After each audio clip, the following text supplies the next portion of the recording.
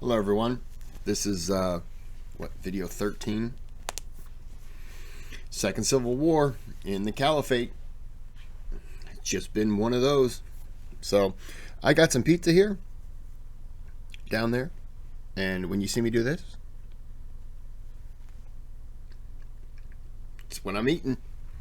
Don't mind me, but I haven't had dinner yet and it's 7:30 in the morning. Just joking.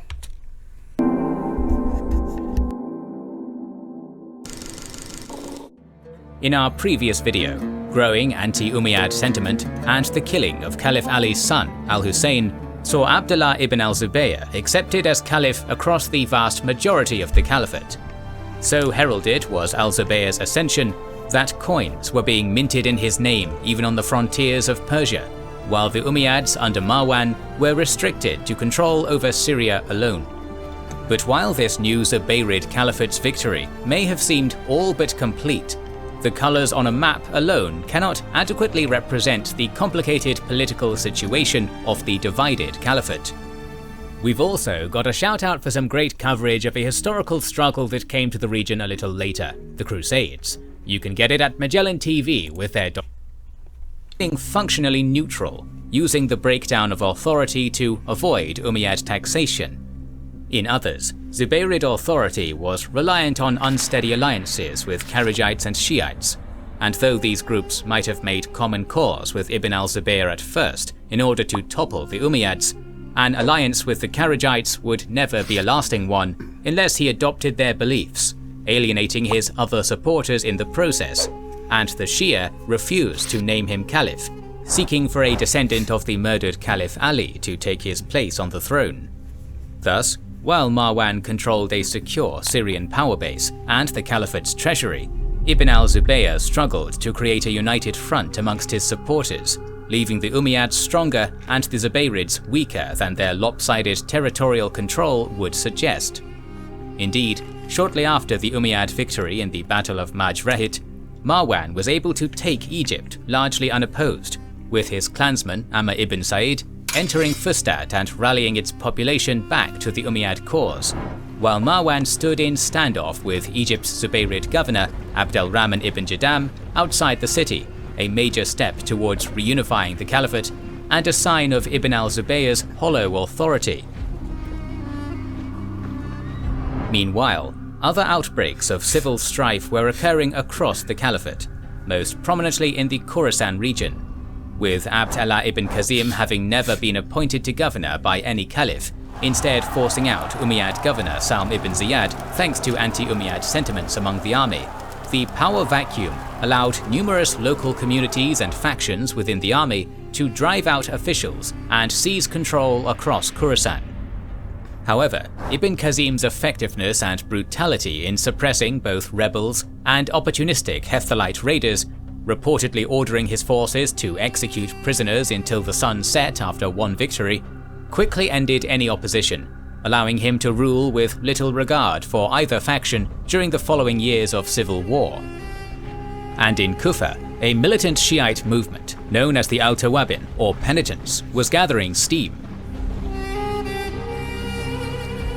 While the death of al-Hussein had caused shock and outrage across the entire Muslim community, the impact had been greatest among the Shia community of Kufa, whose support Hussein had been travelling to enlist, with many seeking either vengeance or martyrdom to compensate for failing to aid him. With the outbreak of the second fitna, propagandists were sent to garrison towns across Kufa, calling for vengeance and the turnover of power to the family of the Prophet. The movement began to split, however, with the arrival of Mukhtar al-Thaqafi on May 7, 684. Mukhtar claimed to be a follower of Muhammad ibn al-Hanafiyyah, a son of Caliph Ali through a different wife than the Prophet's daughter Fatima. Al-Mukhtar's claims that Ibn al-Hanafiyyah was the promised Mahdi, or the guided one, and the prospect of serving an heir to Ali, served to sway a portion of the penitents away from their leader, Suleiman ibn Sarad, and create a bitter divide. When the Zubayrid governor, Abdallah ibn Yazid, arrived on May 15th, it was all he could do to prevent violence breaking out between the two factions or against their erstwhile Zubayrid allies. Further weakening Ibn al-Zubayr, his Kharijite allies in Mecca deserted him during this same period. Tiring of al-Zubayr's vague claims of ideological support, they relocated to Basra and the Al-Yamama region to raise a rebellion of their own under the leadership of Abu Talut. They would remain a major thorn in the side of the Zubayrids, even conquering much of the Arabian Peninsula in the coming years.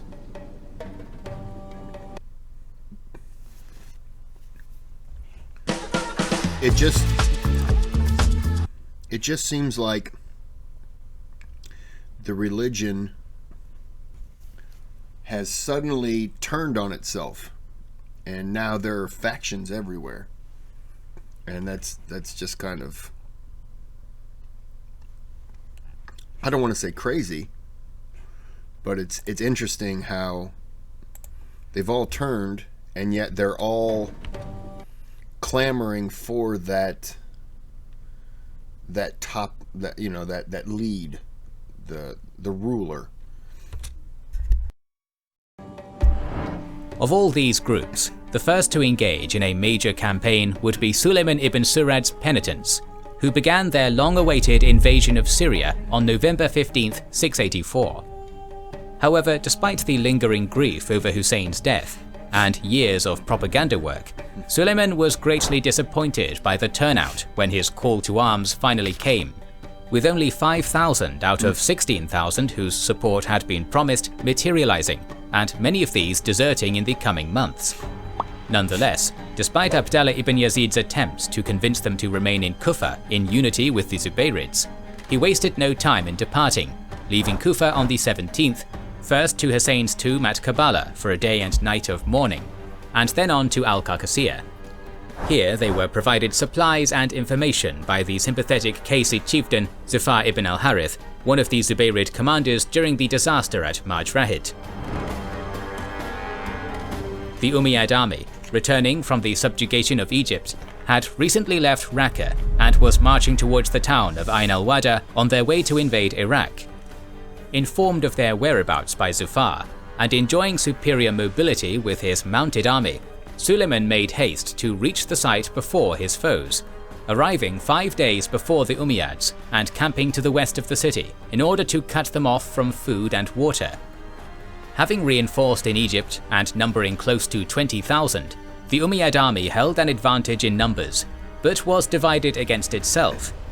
While Ubaydallah ibn Ziyad was in overall command of the army, he was not present during its march through what was thought to be friendly territory, leaving two of his commanders, al-Husayn ibn Numayr and ibn Di al-Kala, to squabble over leadership, travelling and camping separately as they marched unknowingly towards the penitents' ambush. When they arrived at the beginning of January 685, it was Ibn Di al-Kala's smaller contingent that first saw battle, with the penitents being led to his camp by a local Bedouin and launching a surprise attack. Though outnumbered, surprise and confusion allowed Sulayman's charging horsemen to put al-Kala's forces to rout, with many being run down and slain and their camp abandoned to be looted. This initial engagement would do little to even the odds, however, and Ibn Numayr was sent with a larger force of 12,000 on January 4th. During a brief standoff before the battle, the demands of each side were conveyed, with the penitents demanding Ibn Ziyad be turned over to them for his role in Hussein's death, and the Umayyads demanding Sulayman swear fealty to Marwan. But these demands were little more than formality, the two armies coming together in battle after their refusal. The penitents put their mobility to good use, following advice from Zufar, reinforcing or withdrawing contingents as they came under attack, rather than confront the larger Umayyad force head-on. Both commanders led their respective centres, with elements of Sulayman's horsemen dismounting to support their comrades from the ground where the fighting was thickest.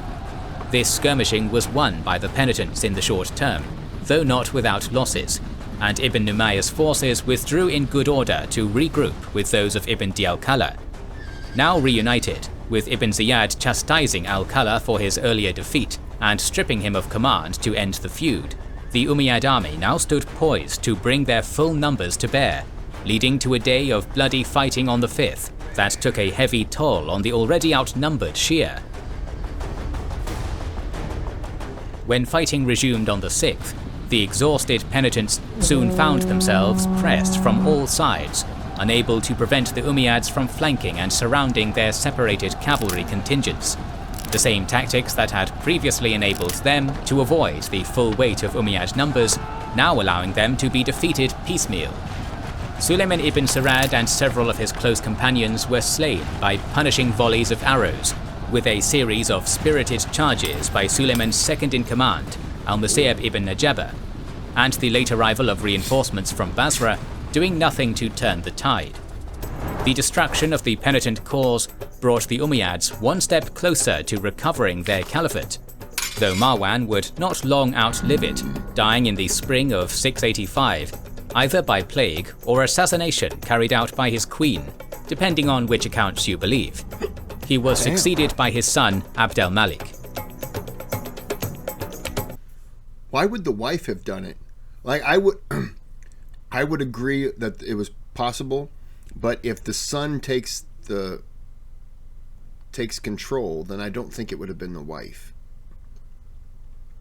unless she really hated her husband. But I would think you'd have more trust in the husband than you would the son. And I'm basing that off of nothing at all. Unless she convinced the son that she could get him into power by offing the father. But that puts a lot of risk, because what if the son turns against you?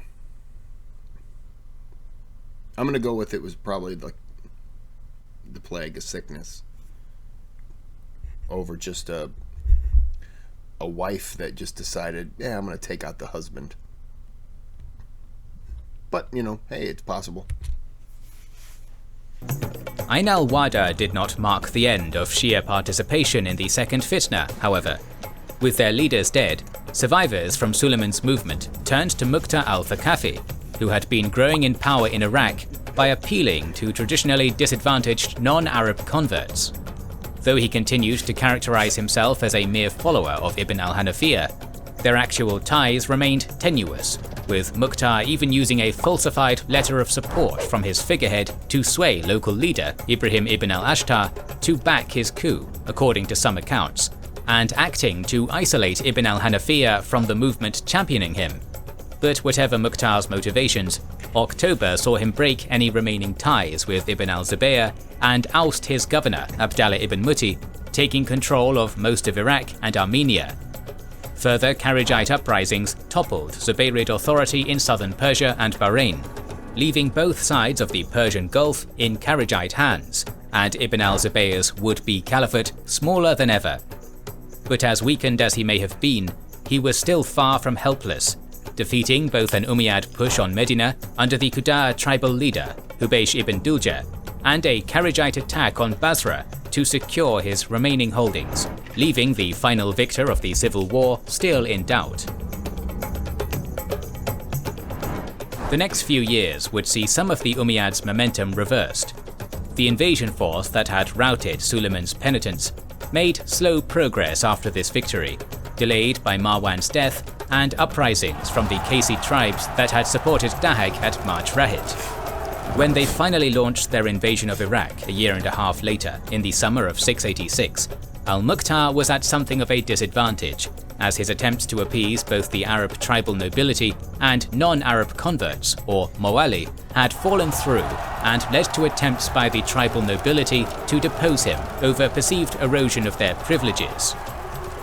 This conflict was further stoked by Ibn al-Zubayr's brother and governor of Basra, Musab, who courted the disgruntled Kufan nobility in an attempt to regain Iraq. The death of one of Muqta's commanders to plague shortly after his victory over an Umayyad probing force near Mosul sparked rumors that his army had been defeated, with an opportunistic revolt breaking out in late June. Nevertheless, the besieged Muqta was able to both put down this coup attempt, holding out in his palace long enough for Ibrahim ibn al-Ashtar's army to return from the Umayyad front and relieve him, and mobilize a large army of predominantly Persian-speaking Mawali and Shia partisans to confront the Umayyads, meeting them at the beginning of August, some 15 miles east of Mosul on the banks of the Qazir River. While Ziyad's army had been estimated to number as high as 80,000, this figure is far out of proportion with the same army's numbers during the Battle of Ain al-Wada or similar armies raised out of Syria, and is likely reflective of historian Abu Miknaf's anti-Umayyad leanings. Though no fully reliable figure exists, the true number was likely little higher than 30,000, even allowing for reinforcement from the remains of the failed push on Medina. Even so, the Umayyads held a definite numerical advantage over the 13,000 under Ibrahim ibn al-Ashtar, but were as weakened by division as before. The commander of their left wing, Umayr ibn al-Hubab, held a meeting with Ibrahim the night of August 5th to offer his defection in the coming battle. Following Umayyah's advice, Ibn al-Ashtar wasted no time in bringing the battle to the Umayyads the following morning, ignoring the normal protocol of raiding and skirmishing as his smaller army came crashing into their larger yet still disorganized foe. The initial stages of the battle went in the Umayyads' favor, with the Umayyad right wing under Ibn Numayr slaying the commander of Ibn al-Ashtar's right and putting them to flight. However, the fallen banner was quickly taken up by Abdullah ibn Waqar, nephew to one of the Prophet's companions, who rallied enough of the fleeing soldiers back to his side to stall the Umayyad advance. On the Umayyad left, accounts conflict on Umayyah's role, with the historian al-Kalbi claiming the promised defection never materialized and Umayyah remained loyal to Ibn Ziyad, while others hold he deserted the battlefield. As he and Ibn al-Ashtar converse peacefully after the battle, the latter is likely closer to the truth. But either way, he took a rather passive role, his inaction leaving the Umayyad center open for the Kufan right and center to launch a desperate flanking attack. Crucial in this effort was Sharik ibn Jadir al-Taglibi, a warrior who had fought under Caliph Ali in the first fitna, whose furious cavalry charge carved open a path to Ubayd Allah ibn Ziyad and toppled the Umayyad banners. With the death of Ibn Ziyad and the continuing dissension and rivalry within the Umayyad ranks, the great army quickly dissolved, Umayyah's forces departing peacefully, while many others drowned trying to flee across the Qazir River. The short but brutal battle would delay any further Umayyad move against Iraq for several years, but do little to secure Mukhtar's unstable position, with the Zubayrids and his own tribal nobility still conspiring against him. Some months later, most likely in the late autumn of 686, Musab ibn al-Zubayr would march out of Basra for his own invasion, bolstered by exiled Kufan noble rebels. Given little time to recover, Ibn al-Ashtar's army made haste to meet them, though without the leader that had carried them to victory against the Umayyads. Ibn al-Ashtar himself, now the Zubayrid-friendly governor of Mosul, abandoned Mukhtar's cause under unclear circumstances in Qazir's aftermath, the coinciding defection of Umayyah suggesting a likely pact between the two. Amr ibn Shumayt took command. Though lacking his predecessor's experience, his army soon met with disaster just north of Basra at Madha, with resentment among the tribal nobility in both armies towards the Mawali making up the bulk of Mukhtar's forces, coming to the fore in gruesome fashion. While non-Arabs were traditionally barred from serving as mounted warriors, Mukhtar had relaxed this rule and increased their pay to earn their support. Yet at the Battle of Madha, Ibn Shumayt once more required them to dismount and fight as foot soldiers. When Ibn Shumayt was slain and his army routed, the Kufan horsemen escaped, while huge numbers of the Mawali infantry were run down and slaughtered by the vengeful exiles, suffering a massively disproportionate death toll, with few escaping and no prisoners taken. This disaster shook faith in Mukhtar's messianic movement, and total collapse was not long in coming. The Zubayrid invasion force made haste by boat and horse towards Kufa, hastily assembling another army and attempting in vain to delay the invaders by flooding the canals along the Euphrates. Mukhtar would personally lead his army in the second desperate clash against the Zubayrids at Harura on Kufa's outskirts. Mukhtar and his forces fought bravely, with the battle initially in the balance. Muhammad ibn al-Ash'ath, leader of the Kufan exiles fighting under Musab, was slain, and the Highland Hijazi tribesmen, making up a fifth of the Basran force, fled early in the battle. However, these initial successes would be brought to naught when the Basran left wing, which, under the cautious al-Malab Abi Sufra, had initially held back from the fighting, swung forward, crushing and routing Kufan forces already bloodied and exhausted from almost a day's fighting. Imagine you're pushing your enemy back, you kill a leader, and you just start to see them break, and then all of a sudden you see just in time, you see the maybe not the reserves, but you see like the backups, not the backups. I can't even think of the word of it now. I want to say the cavalry, but that's not right. Anyways, you see another unit coming in and just devastating it. Just the wave of emotions where you're like, yeah, get him, we're gonna kill these guys. And then you're just like, oh boy, okay, you know what? I just remembered I have to make a phone call, and you're out of there, and everyone else is getting killed. And everyone's like, what's this phone call he's talking about? I don't know. He took his shoe off and he was doing this. We don't know what it meant. Just the how quick it can change, just devastating. I still can't think of that word. It's gonna drive me crazy. Though Mukhtar narrowly escaped, his army and hopes were destroyed, and his supporters executed en masse by the victors, with the 4-month palace siege in Kufa only dragging out the inevitable. On April 3rd, 687, Musab's forces stormed his palace and executed him, swiftly restoring Armenia and Iraq to the Zubayrid fold. Other than Kharajite raiding and small border confrontations, the resulting Umayyad-Zubayrid stalemate would persist for the next 4 years, with both sides exhausted by the long civil war, and no major battles between the two occurred until 691. During this time, the long neglected frontiers saw action once more, with an Umayyad army under Zubayr ibn Qais dispatched to the mountains of Algeria, where the Byzantine-allied Berber king Caecilius had taken advantage of the civil war to overrun much of Ifriqiya. Defeating and killing him in 688, Zuhair retook Kairouan and re-established the Caliphate as the dominant force in the region, with only the Byzantine stronghold of Carthage remaining a threat. And Abd al-Malik remained active against his Zubayrid rivals during the apparent lull as well, engaging in intrigue and diplomacy with Zubayrid supporters across the Caliphate, taking advantage of Ibn al-Zubayr's weakness and the growing apathy towards his predecessor's misdeeds after nearly a decade of war to chip away at his foe's support base.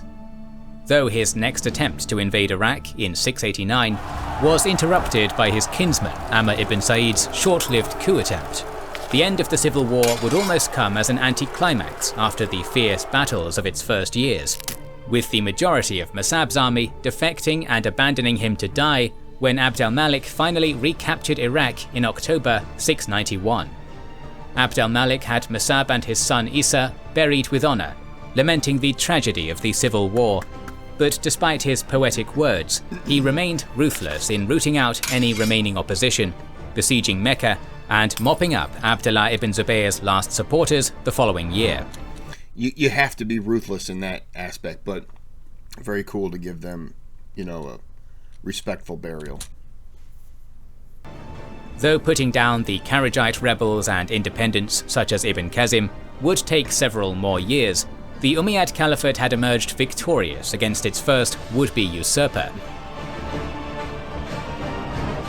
The second fitna had been a long and bloody affair, marked with a further departure from the unity of the Rashidun era. Even during the first fitna, the prospect of Muslims fighting Muslims remained a painful aberration, with concerted efforts at mediation preceding battles, and the conflict being brought into religious arbitration. But during the second fitna, the sectarian schisms arising out of the first, and the blood feuds that accompanied them, made violence and retribution all too easy to accept. But shaken though it might have been, the Caliphate remained whole, with further victories still lying ahead in Africa, Asia, and even the unsuspecting Visigothic kingdom of Iberia. Our series on early Islamic history. There were so many people being killed on this one. I can't recap it because all I know is a lot of people died. And it was just like, oh, hey, look, you know, oh, battle over here, oh, battle over here, and then this guy's dead. This one was probably the worst video. Not bad at all. I enjoyed the video, but it was the worst in terms of just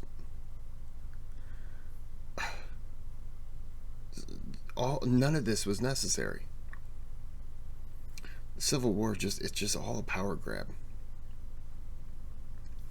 Well, it's almost 8 o'clock, and I'm tired. I've done 5 videos today, so I'm calling it. I'm calling it right now. It's called Video's Over.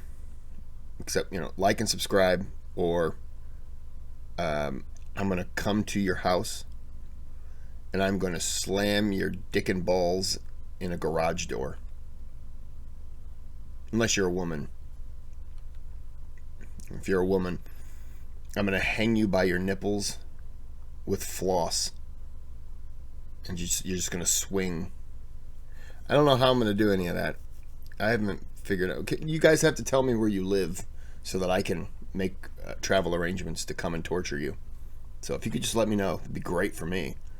And if you could pay for my trip, that really helps everything. So, we're all working together here. Bye-bye.